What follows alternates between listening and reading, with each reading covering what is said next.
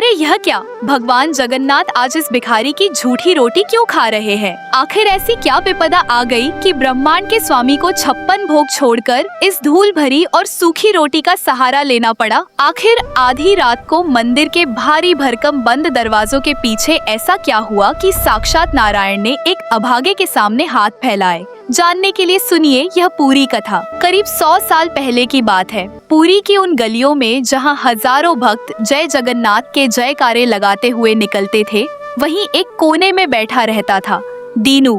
दीनू का शरीर रोगों से गल चुका था, हाथ पांव कांपते थे और उसकी आवाज में इतनी भी शक्ति नहीं थी कि वो किसी से रोटी मांग सके। समाज उसे अशुद्ध कहकर धिक्कारता था और लोग मंदिर जाते वक्त उसे देखते ही अपनी नाक सिकोड़कर आगे बढ़ जाते।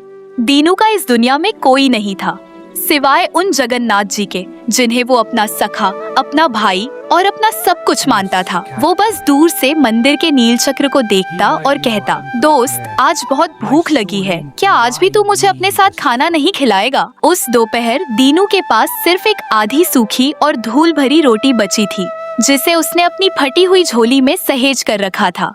उसने रोते हुए कहा, दोस्त मेरे पास तो बस यही जूठन है। लोग कहते हैं तू बहुत बड़ा राजा है, तुझे ये धूल भरी रोटी अच्छी नहीं लगेगी, पर क्या करूं, मेरी तो जान इसी में बसी है।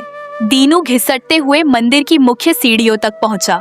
उसकी आंखों में एक उम्मीद थी कि शायद आज उसे अपने दोस्त की एक झलक मिल जाए। लेकिन तभी मंदिर के मुख्य पुजारी पंडित रमाकांत की नजर उस पर पड़ी। पुजारी का अहंकार दहाड़ा। अरे ये क्या अनर्थ हो गया? इस अशुद्ध भिखारी ने मंदिर की सीढ़ियों को छूने की हिम्मत कैसे की?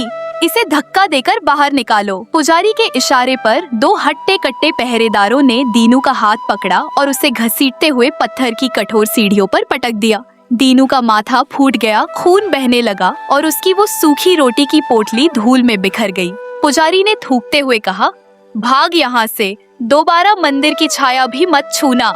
दीनू ने कांपते हाथों से वो मिट्टी लगी रोटी उठाई और वापस अपनी झोपड़ी चला गया।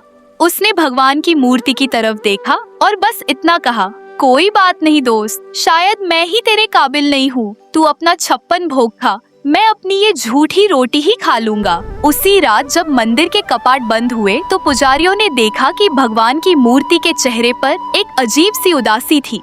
लेकिन असली चमत्कार तो सुबह हुआ, जब मुख्य पुजारी ने मंगला आरती के लिए गर्भगृह खोला तो उनके पैरों तले जमीन खिसक गई। भगवान के बेशकीमती रेशमी पीतांबर पर धूल और कीचड़ लगा था और उनके कोमल होठों पर सूखी रोटी का एक दाना चिपका हुआ था। मंदिर का वातावरण एक ऐसी दिव्य खुशबू से भर गया था जो किसी भी इत्र या फूल में नहीं थी।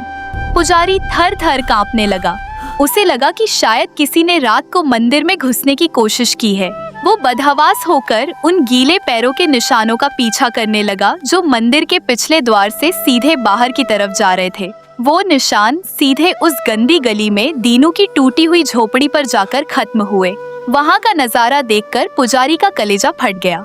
दीनू का शरीर शांत पड़ था, उसकी मौत हो चुकी थी, पर उसके चेहरे पर एक अलौकिक मुस्कान थी। उसके ठंडे पड़ चुके हाथ में वो आधी रोटी दबी थी, जो अब मिट्टी नहीं बल्कि सोने की तरह चमक रही थी। पुजारी को समझ आ गया कि रात भर साक्षात जगन्नाथ जी मंदिर की दीवारें लांघकर यहाँ आए थे ताकि अपने सबसे प्यारे सखा की वो झूठी रोटी खा सके। पंडित रमाकांत वहीं मिट्टी में गिर पड़े और फूट फूट कर रोने लगे। उन्हें अपनी उस शुद्धता पर घिन आने लगी जिसने उन्हें भगवान से दूर कर दिया था और जिसे उन्होंने नीच समझा, वो भगवान का सबसे करीबी यार निकला। उस दिन पुरी के राजा ने मंदिर का विधान बदला और यह घोषणा की कि जगन्नाथ जी के लिए कोई छोटा या बड़ा नहीं है, वे सिर्फ भाव के भूखे हैं। दोस्तों, पुरी का यह इतिहास हमें सिखाता है कि हम मंदिरों में लाखों का दान देते हैं, सोने के मुकुट चढ़ाते हैं, पर क्या कभी हमने मंदिर के बाहर बैठे उस तड़पते हुए इंसान के दर्द को समझा है?